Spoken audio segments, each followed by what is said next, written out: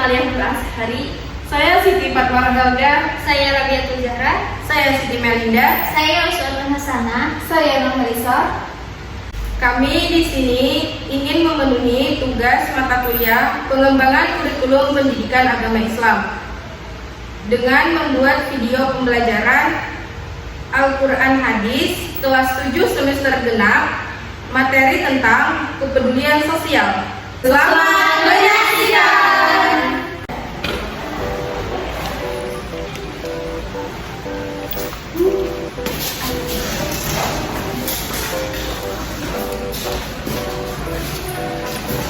Hai teman-teman.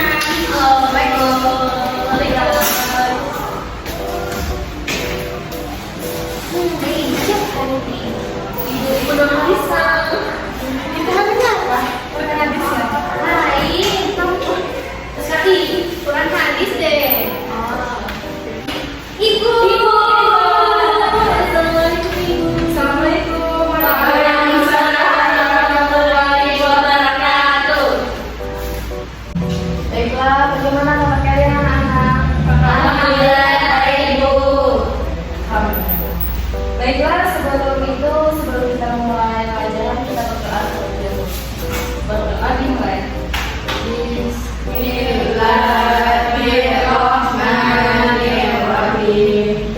Rabbi zidni ilma warzuqni fahma. Walhamdulillahi rabbil alamin. Baiklah, ini langsung ke materi pembahasan kita, yaitu tentang kepedulian sosial. Ada yang tahu kepedulian sosial apa? Belum tahu. Apa? Ya, apa itu? Kepedulian sosial itu perasaan bertanggung jawab atas kesulitan yang dihadapi orang lain. Sepertinya tuh misal ada orang lain dalam kesulitan, kita tuh membantu. Ya, bagus. Ya, seperti itu. Jadi kepedulian sosial itu adalah minat atau ketertarikan kita untuk membantu orang lain. Di sini kalian pernah membantu teman kalian nggak? Pernah. Contohnya seperti apa? Seperti meminjamkan topeng. Ya, bagus. Kamu? Mandiri WC. Iya, bagus. Kamu? Meminjamkan duit. Ya, kalau kamu? Saat rumah kesusahan, Ya, kalau kamu? merawat kawanan dari. Ya, bagus. Berarti di sini semuanya tahu tentang kepedulian sosial kan? Jadi di dalam Islam itu kepedulian sosial itu sangat dijunjung tinggi karena kita tahu saling menolong dan sesama. Kalau kita memiliki waktu, berbagilah waktu kita untuk orang lain, untuk membantu sesama. Kalau kita memiliki waktu luang, selain itu kalau kita memiliki tenaga, berbagilah tenaga kita untuk membantu. Misalnya dalam acara perkawinan, nah kita bisa membantu tenaga kalau kita tidak bisa membantu uang. Selanjutnya kalau kita memiliki harta, nah kita bisa berbagi untuk teman kita yang kesusahan. Dan juga kalau kita memiliki ilmu, kita harus berbagi ilmu. Kalau teman kita tidak bisa, kita harus membantu. Jangan kita biarkan saja, kan kasihan temannya. Dan kalau kita memiliki semangat dan motivasi, berbagilah dengan semangat dan motivasi. Bahkan kita bisa berbagi dengan senyuman. Senyuman itu termasuk sedekah ya. Nah, jadi tanya dulu sebelum dimulai, ada yang tahu hikmah memiliki kepedulian sosial? Tahu Bu. Masalah? Ya, bagus. Tahu Bu. Dapat kebahagiaan. Ya, bagus. Ada lagi? Nah, bagus semuanya. Kalau tidak ada lagi, salah satu hikmahnya yaitu kita dapat membantu orang yang membutuhkan. Jadi kita juga dapat mengurangi kemiskinan. Kalau kita kaya, kita bisa membagi. Selain itu juga kita dapat membersihkan harta benda kita dan milik orang lain. Silakan anak-anak kalian buka halaman 38. Sudah dapat? Nah, jadi pada halaman 38 itu ada dua soal Al-Quran yang berhubungan dengan kepedulian sosial. Yang pertama, ada yang tahu apa itu? Yang pertama, suka al-kausar. Iya, bagus.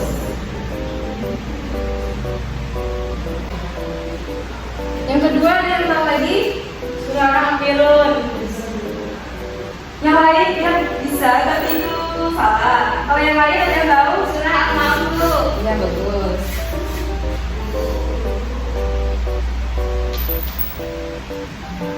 Ada dua, yaitu Al-Kawthar dan Al-Ma'un.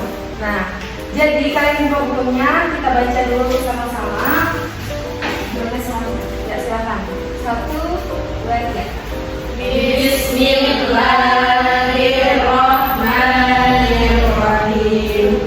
Inna a'tainakal kautsar fasholli li rabbika wanhar. Inna syani'aka huwal abtar. Yang kedua, Al-Ma'un sama juga.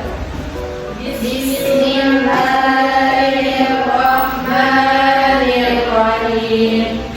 Ara'aital ladzi yukadzibu bid-din fadzalikal ladzi yad'ul yatim wa la yahuddu 'ala ta'amil miskin fawailul lil musallin alladzina hum an salatihim sahun alladzina hum yura'un wa yamna'unal ma'un. Jadi ada yang tahu surah Al-Kawthar dan Al-Ma'un? Ada yang tahu kandungan ayatnya? Tahu tuh. Baiklah, akan dijelaskan kalau kalian tidak tahu. Jadi kandungan surah Al-Kawthar itu tentang bahwa Allah Subhanahu wa Ta'ala telah menganugerahkan kepada Nabi Muhammad SAW nikmat yang banyak. Oleh karena itu, sebagai tanda syukur Allah Subhanahu wa Ta'ala memerintahkan kepada beliau untuk mengerjakan salat dan menyembelih hewan kurban dengan niat ikhlas kepada Allah Subhanahu wa Ta'ala. Nabi Muhammad SAW akan mempunyai pengikut yang banyak sampai hari kiamat dan akan mempunyai nama yang baik di dunia dan akhirat, tidak sebagaimana yang ditentukan oleh Jadi pada surah Al-Kawthar ini intinya Allah itu memberikan nikmat yang banyak kepada Nabi Muhammad SAW. Lalu yang kedua itu ada surah Al-Ma'un. Di situ tentang anak yatim dan orang yang tidak mampu. Jadi suatu ketika ada seorang anak yatim yang datang untuk meminta sedikit daging yang telah disembelih, namun tidak diberikan, bahkan di hati. Tahu nggak di hati itu apa? Dianiaya gitu lah. Tidak ingin kayak menganiayanya, memukulnya. Lalu riwayat lain menjelaskan bahwa surah Al-Ma'un ini turut berkenaan dengan sifat bakhil. Bakhil adalah bakhil. Bakhil itu pelit. Ya, tidak ingin berbagi. Oleh Al-As bin Wa'il atau Walid bin Mughirah. Sebagian lagi diriwayatkan oleh Ibnu Al-Munzir dan Tarikh bin Abu Talha menyatakan bahwa surah Al-Ma'un ini berkenaan dengan orang munafik yang mengerjakan sholat dengan maksud agar dilihat orang lain. Ada yang tahu apa itu? Itu maksudnya jika dia sholat untuk dilihat oleh orang lain, dia ingin melakukan sesuatu itu ingin dipuji. Nah itu namanya riya.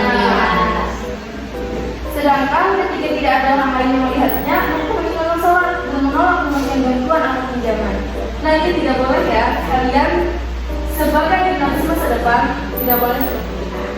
Kalau kalian ingin sholat, ingin membantu, jangan ingin dilihat orang lain, jangan ingin dipuji, tapi berbagilah dengan sendiri-sendiri. Ya, sudah itulah penjelasannya. Ibu kasih kalian waktu 5 menit untuk menghafal soal Al-Ma'un dan Al-Kawthar. Nanti 5 menit ya, silahkan hafal dulu. Nanti maju 2 atau 3 atau 4, 2 atau 3. Ibu. A few moments later. Bagaimana anak-anak sudah hafal? Allah, aduh, Ibu tunjuk satu-satu ya, maju ke depan.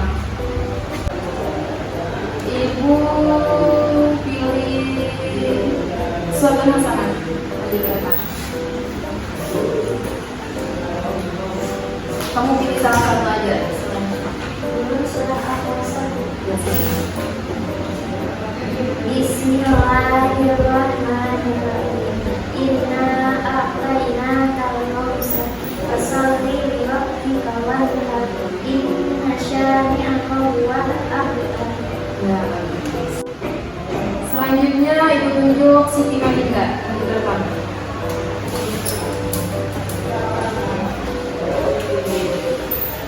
Bismillahirrahmanirrahim.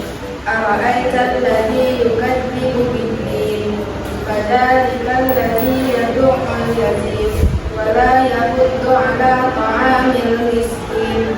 Fawailul lil musallin alladzina hum an salatihim sahun alladzina hum yura'un wa yamna'una al-ma'un. Selanjutnya Ibu tunjuk Rabiatul Zahra, silakan maju ke depan.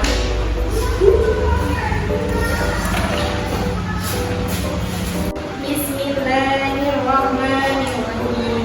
Inna a'tainakal kautsar fasholli li rabbika wanhar inna syani'aka huwal abtar. Selanjutnya yang keempat Siti Fatma Al-Huda, silakan maju ke depan. Bismillahirrahmanirrahim. Inna a'tainakal kautsar fasholli li rabbika wanhar inna syani'aka huwal abtar. Selanjutnya yang kelima kamu Siti Amalia. Bismillahirrahmanirrahim. Inna a'tainakal kautsar fasholli li rabbika wanhar inna syani'aka huwal abtar. Ya, tepuk tangan untuk kalian semua. Jangan lupa nanti dihafal lagi ya, dibaca apa nama-namanya. Baiklah, kalian sudah menghafal dengan sangat baik dan sangat bagus. Jadi di sini Ibu ingin menjelaskan isi kandungan surah Al-Kautsar dan Al-Ma'un yang dapat kita terapkan di dalam kehidupan. Yang pertama, surah Al-Kautsar itu, yang satu, mengakui bahwa nikmat-nikmat yang Allah berikan kepada kita itu terhitung dan ternilai jumlah serta kualitasnya. Allah itu sangat baik kepada kita. Kita bisa bernapas dengan sesuka hati kita dan tanpa menggunakan gas oksigen yang disediakan oleh rumah sakit. Makanya kita itu nikmatilah selagi sehat. Kalau kita bisa makan apapun selagi sehat, maka makanlah. Yang kedua, mensyukuri atas segala nikmat yang Allah berikan kepada kita dengan cara seperti mengerjakan sholat. Pagi tadi sudah sholat? Sudah. Sholat apa? Sholat subuh. Jangan ditinggalkan ya sholat lima waktu. Itu tanda bahwa kita mensyukuri nikmat Allah. Salah satunya dengan kita sholat. Kalau kita tidak bisa berbagi dengan teman, kalau kita tidak mempunyai uang yang cukup banyak, kita cukup menjalankan semua perintah Allah Subhanahu wa taala. Selanjutnya, menyembelih hewan kurban pada waktunya ketika mempunyai kemampuan sebagai ibadah sosial. Di sini apakah sudah kurban kalian? Belum. Jadi hewan kurban itu nanti bagi-bagi, itu bagi yang mampu. Kalau belum mampu, boleh tidak dulu. Selanjutnya, mengikhlaskan dalam segala bentuk ibadahnya hanya untuk Allah Subhanahu wa taala.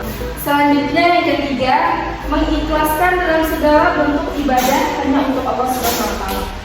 Apapun ibadah yang kalian lakukan, niatkan ikhlas di dalam hati hanya untuk Allah Subhanahu wa taala.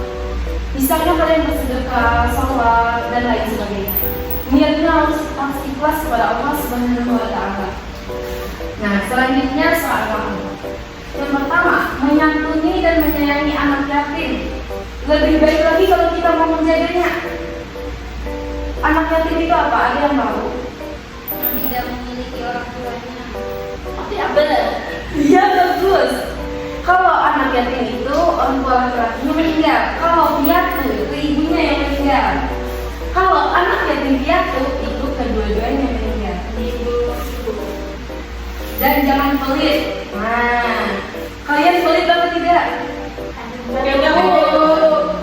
Nah, kalau kita selagi kita ada, nah itu kita berbagi. Kalau teman kita mau melakukan, kita bantu. Selanjutnya, tidak melakukan ibadah hanya karena tidak akan, tetapi segala bentuk ibadahnya dikerjakan Kata dasar ikhlas karena Allah Subhanahu wa Ta'ala. Jadi setiap apapun yang kita lakukan